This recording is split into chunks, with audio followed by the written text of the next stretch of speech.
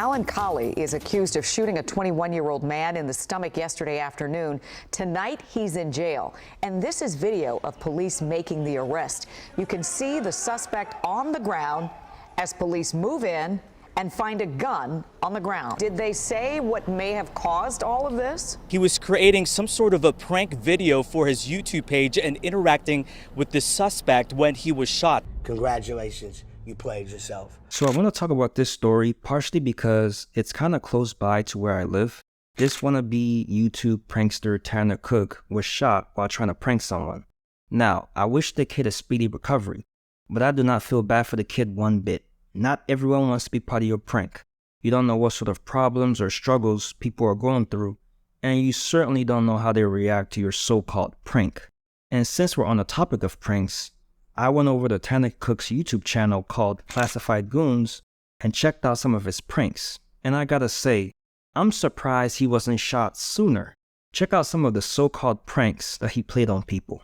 Barking in people's ear prank. Accusing people of buying alcohol for minors prank. Stealing people's shopping carts prank. Deliberately filming in people's faces prank. Taking people's groceries prank. Aggressively sniffing in people's ear prank. Gets heated. See, that's the problem with these YouTube pranksters. Their main objective is to make people upset or angry so they can put gets heated or gets intense in the title of the video in order to get more views. They don't care if they ruin someone's day in the process, as long as they get their content. Now, let's talk about the father of the YouTube prankster, because the statements he made to the news outlets were wild. They were making a video in the mall and trying to have fun with people, and this guy wasn't having fun. So, according to the father, his son, who went around messing with people who were minding their own business, was just having fun. And the guy who was the target of his prank was simply not willing to have fun. This father should get a gold medal in mental gymnastics. I can see why his son ended up getting shot. This father is not raising his son properly. He should be letting his son know that he can't just go around messing with people and try to provoke a reaction out of them, all for the sake of content. He should be advising his son to be more careful, and if you're going to prank people, prank your friends, not random strangers. But as wild as his father's statements was, Tanner's statements was just as wild. I was just playing a prank, a simple practical joke, and the guy didn't take it very well and shot me. The target of your prank didn't take it very well. See, this is why I believe the father isn't raising his son properly, because they're both echoing the same sentiments.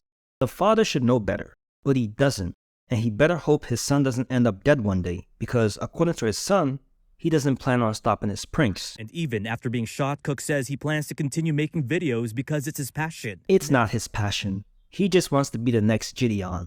And that leads me to my next point. These YouTube pranksters who mess with people for content are a cancer to society.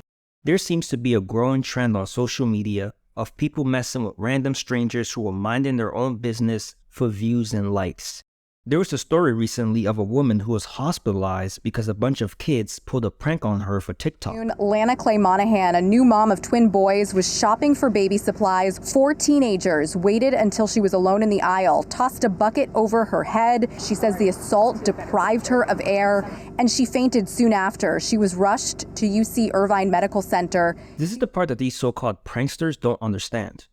Not only are they putting themselves in harm's way, they're also putting other people in harm's way. People's lives could change drastically, all because you wanted to prank someone.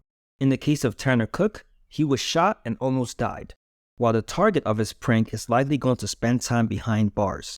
All of this could have been avoided if people just pranked their friends instead of random strangers. But here's the thing. These pranksters don't care about the danger or consequences of their pranks.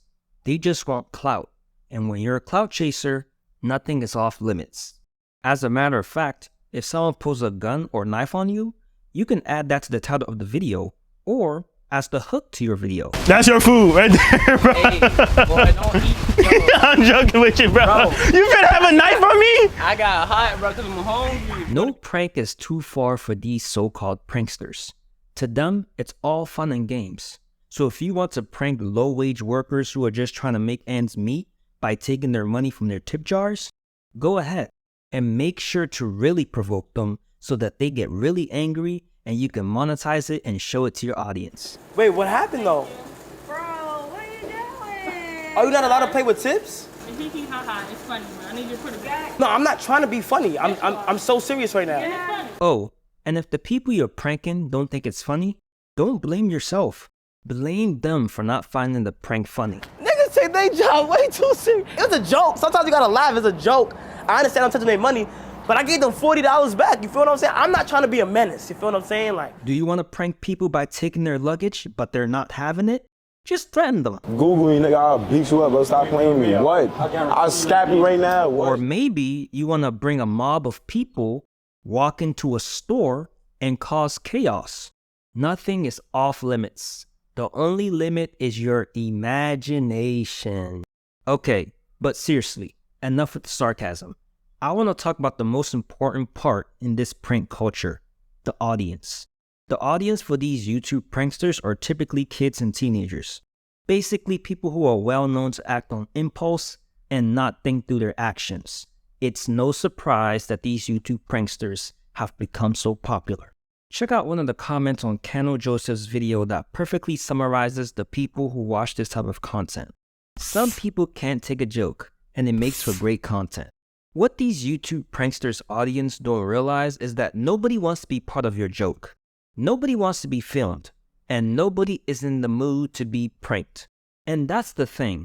It seems like people forgot what a prank actually is. A good example of a prank is if someone gave you their phone for a magic trick, but you throw it in the ocean, and they believe that you threw their phone in the ocean, but it wasn't actually their phone, it was a different phone. That's a prank.